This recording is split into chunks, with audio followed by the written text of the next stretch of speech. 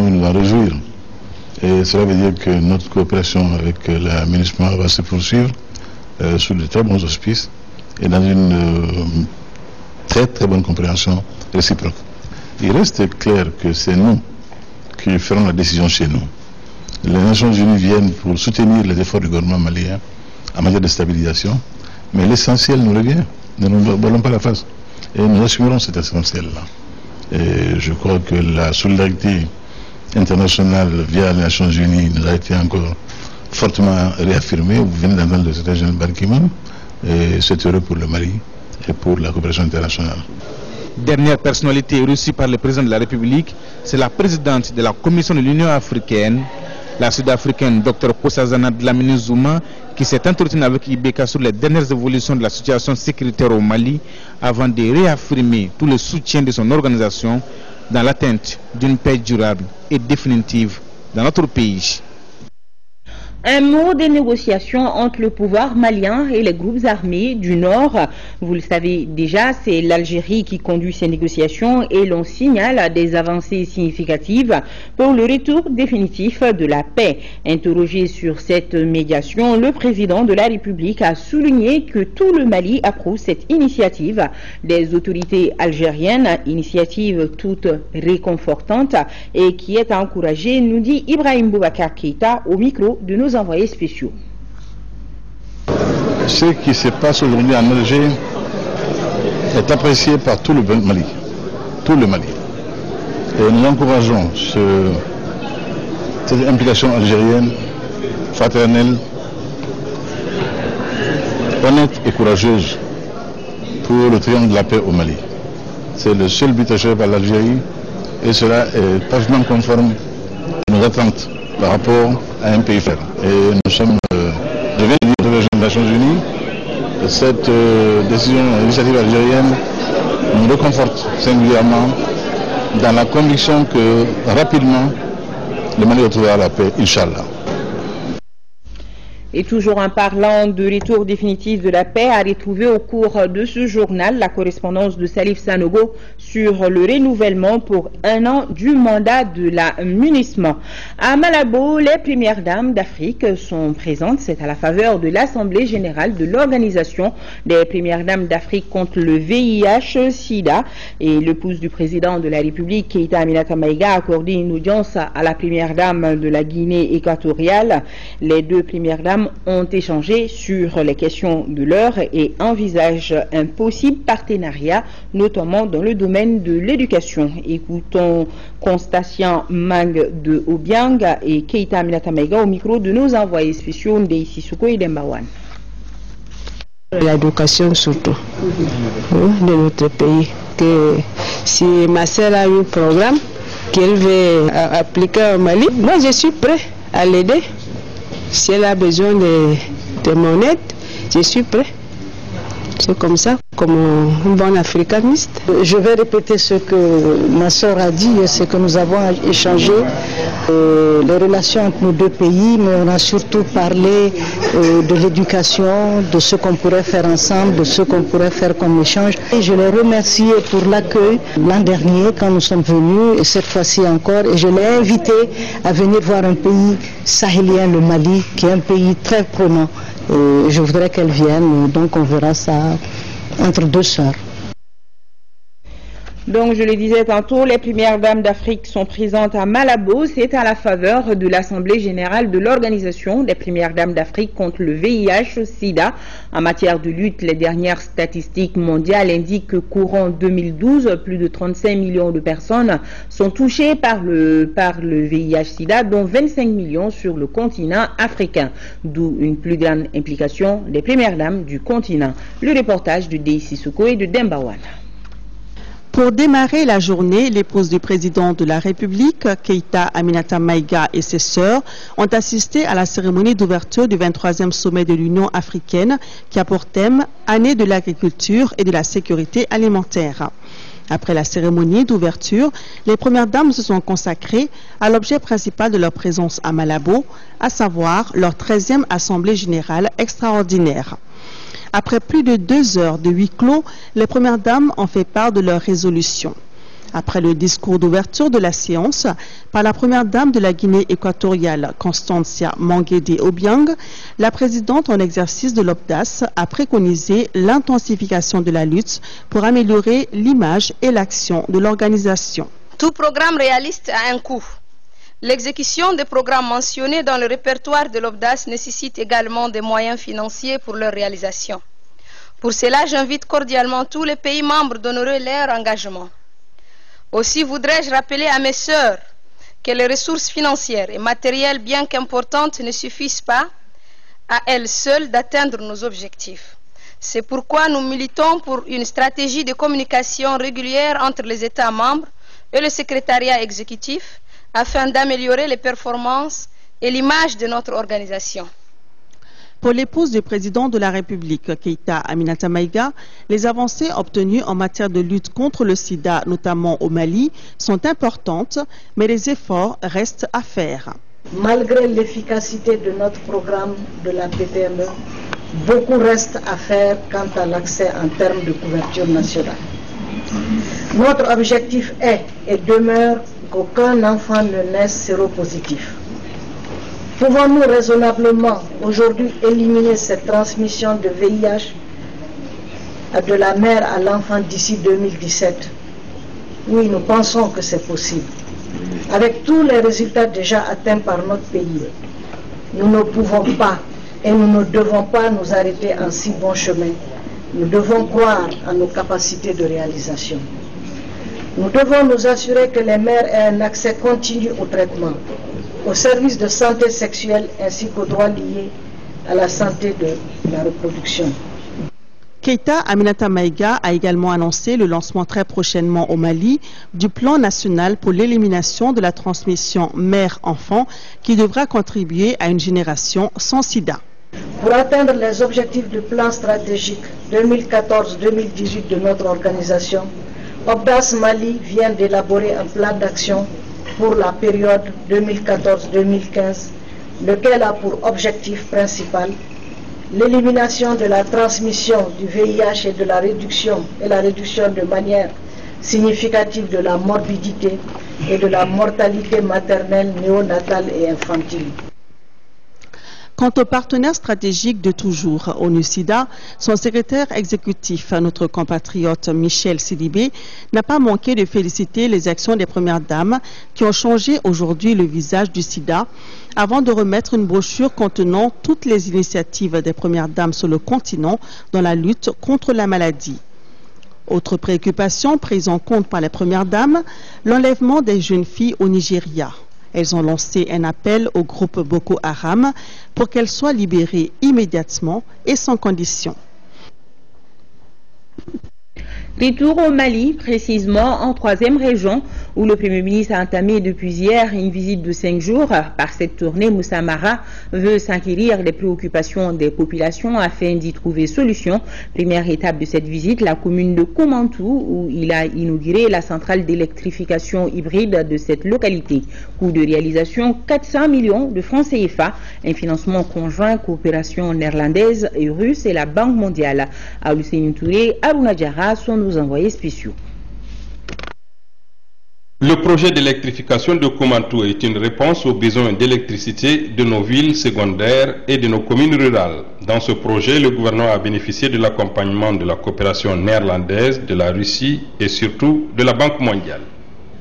Le Mali a réussi à développer dans les 10 dernières années un nouveau secteur économique, celui de l'électrification rurale décentralisée.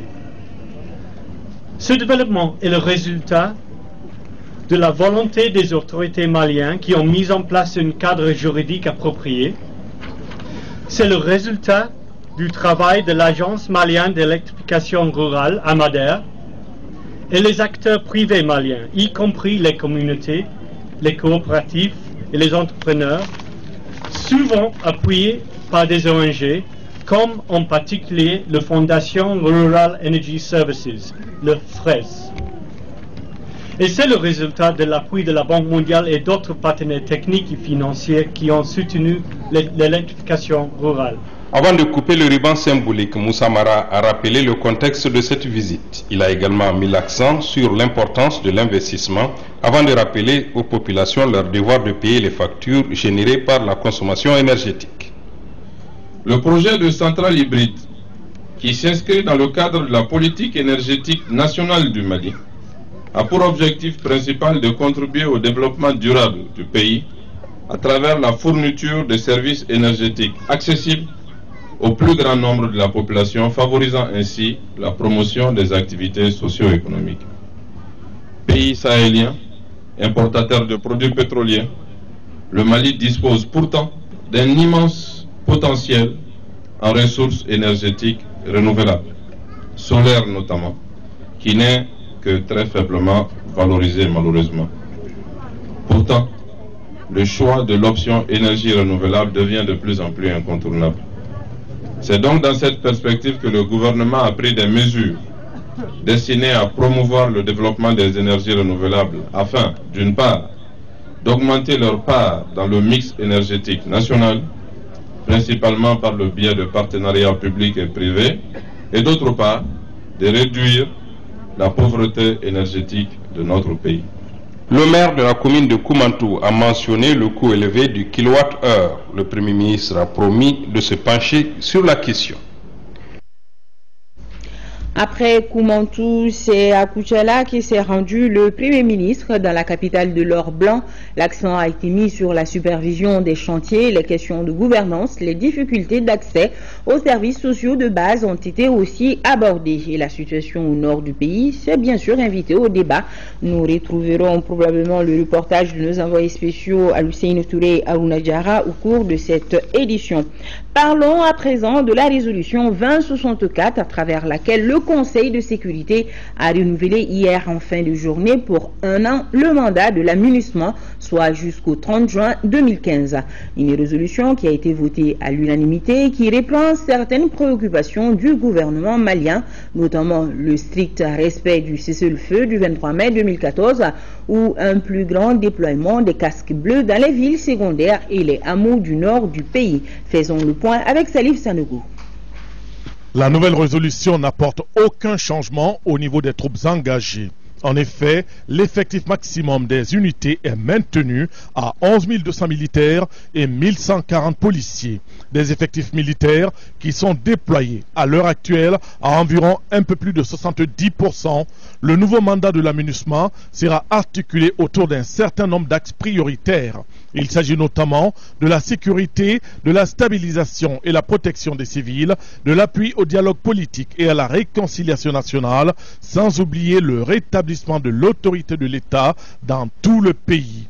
Dans la résolution 2164, il est aussi question de l'application de l'accord de Ouagadougou, mais aussi et surtout du respect de l'accord de cessez-le-feu du 23 mai 2014. À cet égard, les différentes parties sont invitées à l'application immédiate de ces dispositions, notamment celles qui prévoient la libération immédiate des prisonniers et la création d'une commission d'enquête internationale. En cela, la résolution prend en compte l'une des propositions phares du gouvernement malien, rappelée à l'occasion par l'ambassadeur Sékou Kassé.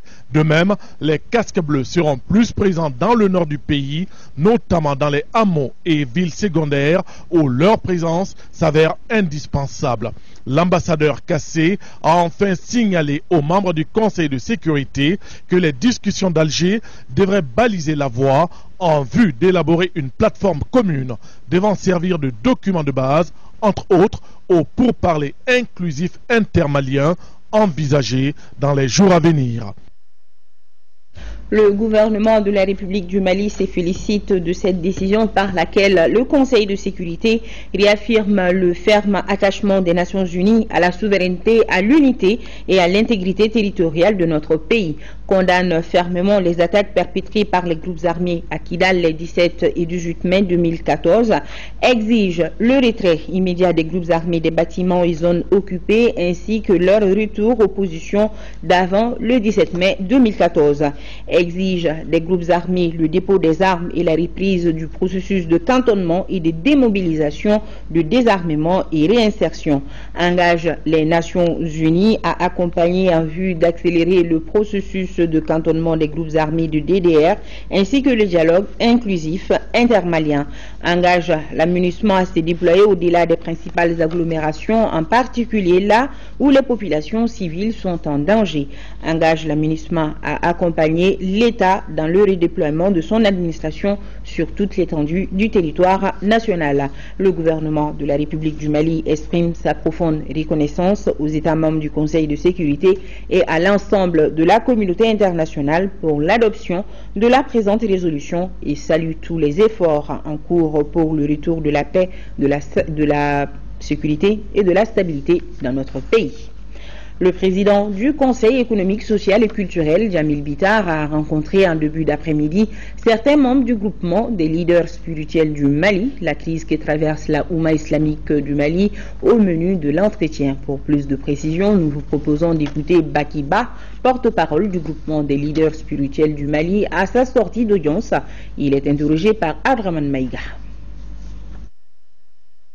Le président du Conseil a voulu nous recevoir ce matin pour faire la médiation entre les deux grandes tendances musulmanes du Mali. Il s'agit du Haut Conseil islamique et le groupement des leaders spirituels musulmans du Mali, après le dernier congrès qui a suscité un peu de problèmes entre nous. Je suis très satisfait parce qu'après le président de la République, c'est la première fois une institution de la République, il s'agit du Conseil social et économique qui s'intéresse à ce problème pour trouver un train d'entente entre les frères musulmans du Mali. On est très prêt aussi pour qu'il y aura un train d'entente pour la médiation, pour qu'il y aura un bureau consensuel entre les deux bureaux. Là, c'était Makiba, porte-parole du groupement des leaders spirituels du Mali. Et ce communiqué, le gouverneur du district de Bamako convie à la cérémonie d'ouverture de la rencontre d'échange avec le ministre de la décentralisation et de la ville le demain, vendredi 27 juin 2014 à 9h, dans la salle de conférence du gouvernorat. Les députés du district élus à l'Assemblée nationale, les maires du district et des 6 communes du district, les responsables des services régionaux du district, les représentants de la société civile ainsi que les secrétaires généraux des 6 communes du district. Autre grand titre de ce journal, le passage de l'analogie au numérique à l'horizon 2015. Le compte à rebours est lancé, c'est à partir du 17 juin 2015 que tous les postes téléviseurs doivent être du type DVB-T2 ou MP4. Pour faciliter ce passage, les commerçants, premiers fournisseurs du marché, ont pris part à une journée d'échange. Le but était de les informer sur les catégories d'appareils qui seront acceptés pour faciliter cette transition. Aïssata Ibrahim Maïga, compte rendu. Le monde des médias évolue. Il évolue au rythme des innovations technologiques et notre pays doit suivre impérativement le train de cette révolution technologique à travers le passage de l'analogique au numérique des chaînes de télévision. Nous avons réuni aujourd'hui parce que dans moins d'un an, nous serons confrontés à un bouleversement technologique majeur,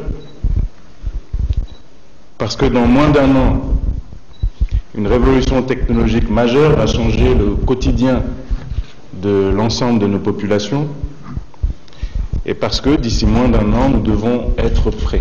Les commerçants importateurs de matériel audiovisuel sont donc informés. Dans un calendrier de 5 jours, il sera interdit d'importer et de vendre les postes téléviseurs de type analogique. Pour l'atteinte de cet objectif, le ministère de l'économie numérique, de l'information et de la communication et celui du commerce ont tenu cette première rencontre élargie aux commerçants. Tout d'abord, l'interdiction d'importation des postes téléviseurs analogiques et des postes téléviseurs non conformes à partir du 1er juillet 2014, c'est-à-dire dans moins de 5 jours. Deuxièmement, l'interdiction de la commercialisation de ces mêmes postes de télévision analogique à partir du 1er octobre 2014, c'est-à-dire dans un peu plus de 3 mois. Cette journée offre donc une fenêtre sur le compte à rebours et elle est une composante de la campagne globale de communication sur la transition numérique que nous avons déjà amorcée. La volonté et l'engagement de la part des autorités est bien là. Il faut maintenant une conjugaison de tous les acteurs qui tournent autour de cette transition de l'analogique au numérique avec ses multiples avantages. Car le numérique n'est pas une affaire de techniciens ou de technicité, encore moins d'ingénieurs, mais de tous. C'est le Centre international de conférence de Bamako qui abrite le salon d'innovation de l'opérateur de téléphonie Orange Mali.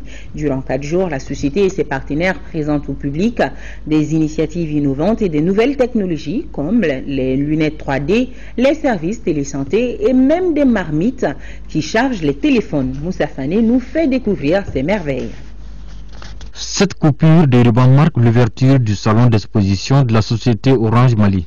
On y trouve des produits divers et des technologies innovantes dans le domaine des télécommunications. C'est un espace qui devra permettre aux visiteurs de se projeter dans le futur. Alors, vous savez, ce salon revêt une importance toute particulière pour nous. Et pourquoi? Parce qu'il symbolise notre volonté de créer une passerelle entre chaque Malien et le futur. Des jeunes développeurs maliens sont en train de développer, à un moment donné, il y aura des applications développées par des jeunes développeurs et de jeunes talents maliens. C'est aussi cela, l'innovation pour nous, c'est de soutenir ces jeunes talents. La richesse et la vitalité d'une économie résident dans la capacité à innover constamment, dont les entreprises doivent faire preuve. Il est évident qu'aujourd'hui, Orange Mali est l'une de celles qui innove le plus ici au Mali. En effet, cette réalité trouve surtout son illustration dans le secteur des technologies de la communication et de l'information. Le ministre Camara a également salué cette initiative avant de rappeler l'ambition du gouvernement en matière de télécommunications. Ce que nous prévoyons au niveau du gouvernement, vous savez, il y a un plan Mali numérique 2018 qui est en cours d'élaboration, dans lequel il est prévu de généraliser l'accès au débit, Internet au débit, à Bamako évidemment, et partout sur le territoire. Et c'est grâce à ça, grâce aux infrastructures, que les uns les autres, sur l'ensemble du territoire, pourront être connectés et avoir accès à toutes ces technologies, à toutes ces innovations. Durant 4 jours, la révolution numérique dans toutes ses dimensions sera exposée aux amoureux des nouvelles technologies. Et ce communiqué, le ministre de l'Intérieur et de la Sécurité convie en réunion les membres de la Commission nationale d'observation de la NUN chargée de la fixation des dates des fêtes musulmanes le samedi 28 juin 2014 à partir de 18h30 dans la salle de conférence de son département. Il est par ailleurs demandé aux imams des mosquées et à tous fidèles qui apercevraient le croissant lunaire d'en aviser la Commission locale d'observation de lune de sa circonscription qui à son tour informera après vérification la Commission nationale avec précision des noms, adresses et qualité des témoins.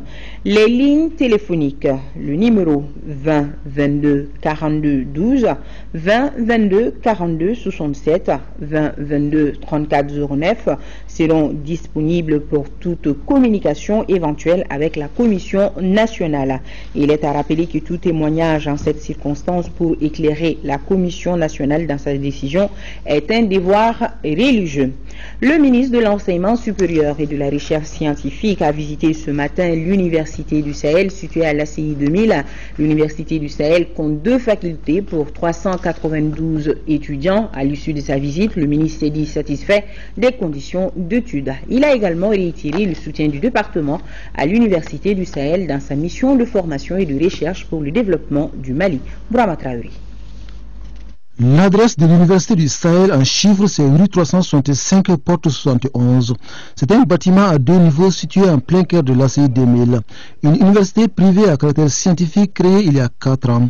C'est cet établissement qu'a choisi le ministre de l'Enseignement supérieur pour s'informer sur les conditions d'études et de travail des étudiants et du personnel. Et Maître Muntagatal a eu les mots justes. J'ai fait le tour des universités publiques. Mais en tant que ministre de l'Enseignement supérieur, je dois être d'égal partage entre l'ensemble des institutions d'enseignement supérieur. C'est pour cette raison que j'ai pensé qu'il était utile, qu'il était normal, qu'il fallait même venir également dans les universités privées. L'Université du Sahel comporte 2 facultés. La première, la faculté des études islamiques et de la langue arabe. Elle compte 352 étudiants dont 45 filles encadrées par 39 enseignants. Il y a beaucoup de matières parmi sciences juridiques, et puis les propos des prophètes, et puis comment on fait la prédication même. La deuxième faculté de l'Université du Sahel est celle de l'informatique. 40 étudiants y prennent cours donnés par 13 enseignants. Ici, l'enseignement dispensé a une particularité. Notre particularité est que nous sommes dans le monde des logiciels libres, qui est le système Linux, principalement. Et en appui, nous faisons aussi le système Windows. Donc les étudiants sortent en tant qu'administrateurs système Linux et Windows à la fois. L'Université du Sahel se veut un établissement de référence au Mali.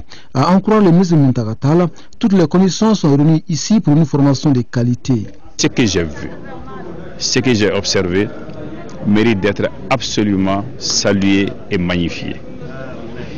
Il y a des espaces pour les cours qui conviennent.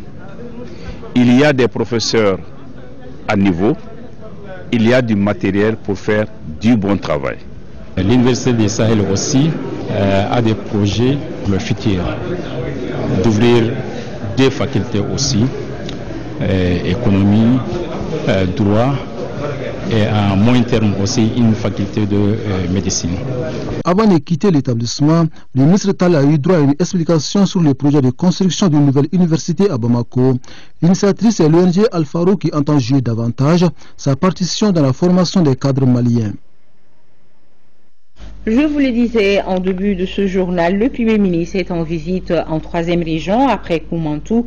C'est à Koutchala que le Premier ministre s'est rendu. Dans la capitale de l'Or Blanc, l'accent a été mis sur la supervision des chantiers, les questions de gouvernance, les difficultés d'accès aux services sociaux de base ont été aussi abordées et la situation au nord du pays s'est bien sûr invitée au débat.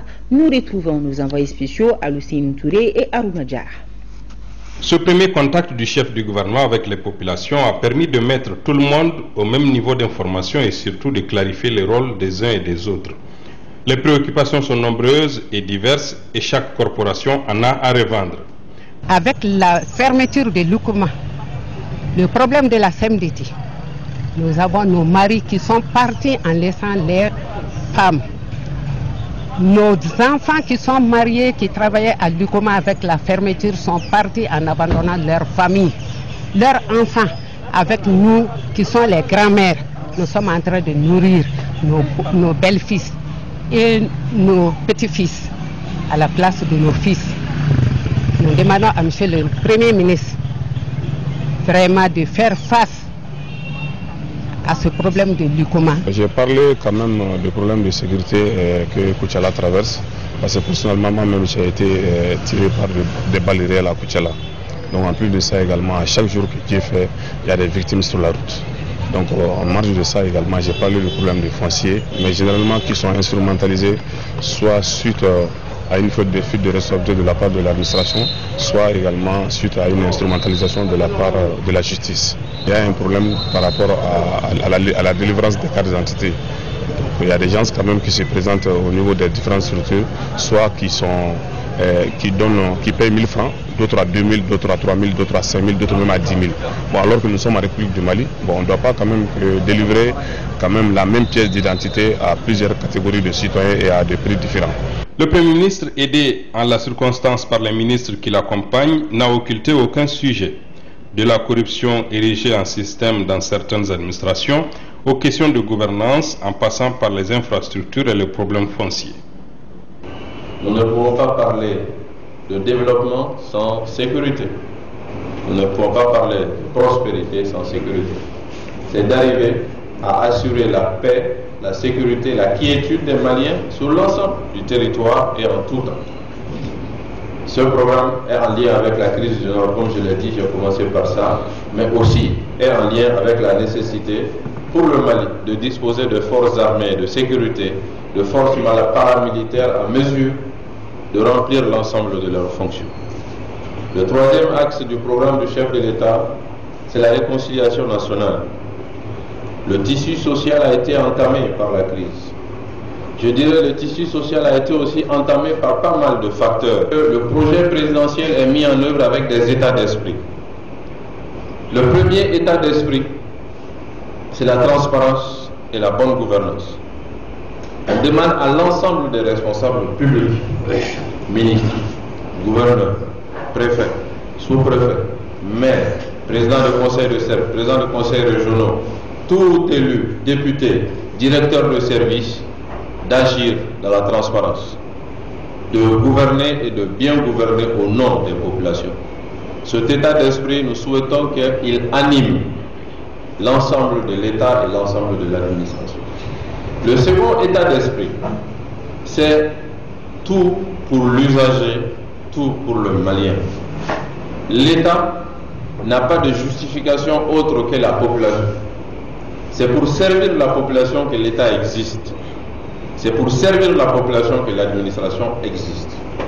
Donc que tous ceux qui sont détenteurs d'un pouvoir, que ce pouvoir soit d'ordre local ou national, il doit orienter son intervention pour servir, satisfaire l'usager.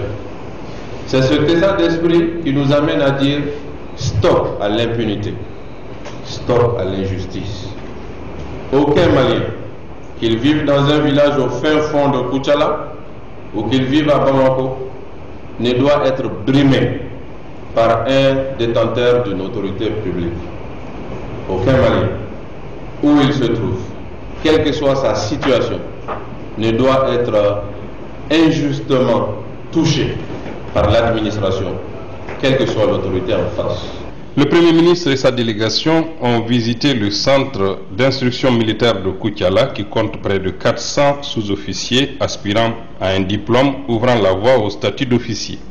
2 grands collecteurs réalisés par la mairie sur financement de la coopération suisse et devant permettre de drainer convenablement les eaux pluviales ont également été visités.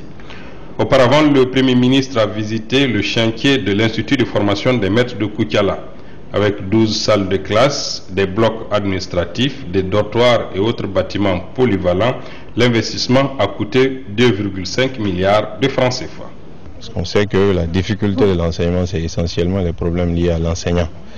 Donc quand l'enseignant est formé de manière efficace, avec la qualité et dans des conditions adéquates, on fait un grand pas pour l'amélioration de la pédagogie et donc l'amélioration des produits de l'éducation. Donc je pense que c'est dans tout ce cadre-là qu'il faut mettre la réalisation de ce chantier important qui coûtera plus de 2 milliards de francs CFA. En plus, un chantier, je pense aussi, qui a un impact important sur la ville de Koutiala. Parce qu'on sait qu'il y a plus de 200 jeunes de Koutiala qui travaillent tous les jours sur ce chantier. Ça fait, je dirais, un impact en termes d'emploi pour les jeunes. Et ça fait un impact sur le chômage et puis sur tous ces constats négatifs qu'on fait généralement en ce qui concerne la jeunesse. Donc là aussi, c'est un chantier qui est un modèle et un modèle à encourager. Pour clore cette journée marathon, le Premier ministre a animé une conférence de presse en langue bamana retransmise sur les radios de la place. 130 millions, c'est le coût de l'opération Ramadan en 2014 lancée par l'organisation islamique Relief Bureau de Bamako. La cérémonie était présidée par le ministre des Affaires religieuses et du culte. Le reportage de Ibrahima Choukari. L'organisation internationale islamique Relief a les valeurs tirées de la foi islamique. Fidèle à ses valeurs humanitaires et de solidarité, l'organisation apporte une assistance alimentaire aux couches vulnérables. Il s'agit des veuves, des orphelins et autres personnes en situation difficile, notamment les handicapés. Dans le respect de sa vision humanitaire et de solidarité islamique Relief, Mali initie chaque fois des actions de mobilisation de ressources financières pour venir en aide aux personnes vulnérables durant le mois de Ramadan. La cérémonie d'aujourd'hui s'inscrit dans cette dynamique, toujours renouvelée de solidarité, et répond également aux axes stratégiques de Islamic Relief Worldwide, à savoir sauver la dignité humaine et assurer l'autonomisation des communautés. 130 millions de francs CFA ont été mobilisés cette année pour cette opération. Une opération qui cible 7000 ménages qui reçoivent des paquets alimentaires composés de riz, mil, spaghettis, sucre, huile pour leur faciliter le jeûne. Au Mali, au mois de Ramadan, le pauvre, la pauvre, l'exclu, la paralytique, le déficient mental, l'enfant albinos, que tout cela, que leurs parents puissent avoir accès à la date, au sucre, au lait, au mil, au riz, et cela dans le prix le plus normal, comme nous l'avons l'habitude, sinon au prix le plus bas, afin que nous nous disions qu'au mois de Ramadan, dans notre pays au Mali, ce n'est pas la surenchère comme nous avons l'habitude de le voir, mais plutôt c'est le mois où le Malien, dans sa quête de Dieu, donne la part de Dieu de la richesse qu'il a. L'opération concerne toutes les couches, sans considération religieuse. Cette donation cible le district de Bamako, le cercle de Kati, Douanza et de Gourmalarous. L'organisation a aussi lancé son opération de distribution de denrées et de produits alimentaires à l'endroit des couches démunies pour leur faciliter le jeûne. Coût de l'opération 20 millions de francs CFA. Ibrahima Tchoukari. Ce ne sont pas les actions humanitaires qui manqueront en cette veille du Ramadan, mois de recueillement et de partage pour faire des gestes à l'endroit de ceux qui en ont besoin. Le temps a été donné par l'Organisation Secours Islamique International, une institution humanitaire de la Ligue mondiale islamique en Arabie Saoudite. Elle intervient dans les domaines du secours humanitaire d'urgence, les actions sociales, sanitaires, éducatives et le développement rural. Pour faciliter le jeûne aux veuves, démunies et déplacées, l'Organisation de Secours Islamique International a distribué 35 tonnes de denrées et produits alimentaires. Les bénéficiaires en appellent à plus de solidarité en ce mois béni de Ramadan. Nos sincères remerciements à l'Organisation internationale islamique de secours de l'Arabie Saoudite pour ce geste humanitaire combien important. Ayez peur de la part du pauvre, de l'enfant orphelin, du nécessiteux. Alors donc je crois qu'on est dans une logique, une dynamique religieuse spirituelle, et c'est ce que nous souhaitons, le président de la République souhaite, que l'islam soit un vecteur de valeurs, comme il a toujours été, surtout d'œuvres sociales, d'œuvres humanitaires. La seule interrogation qu'on doit se faire, c'est à présent, que faisons-nous même pour notre religion? Parce que c'est des hommes et des femmes de bonne volonté d'Arabie Saoudite qui ont accepté de donner quelque chose d'eux à la fois, parce qu'ils savent qu'il y a demain. Alors donc nous aussi, malgré notre pauvreté, donnons un peu plus de nous-mêmes. Pendant ce mois où l'on est plus proche de Dieu, les riches et les commerçants doivent donner quelque chose d'eux-mêmes en acceptant de réduire les prix et en faisant plus de gestes. 625 magasins rénovés seront bientôt attribués aux commerçants détaillants de la capitale. Les travaux de rénovation ont coûté au budget national plus de 300 millions de francs CFA.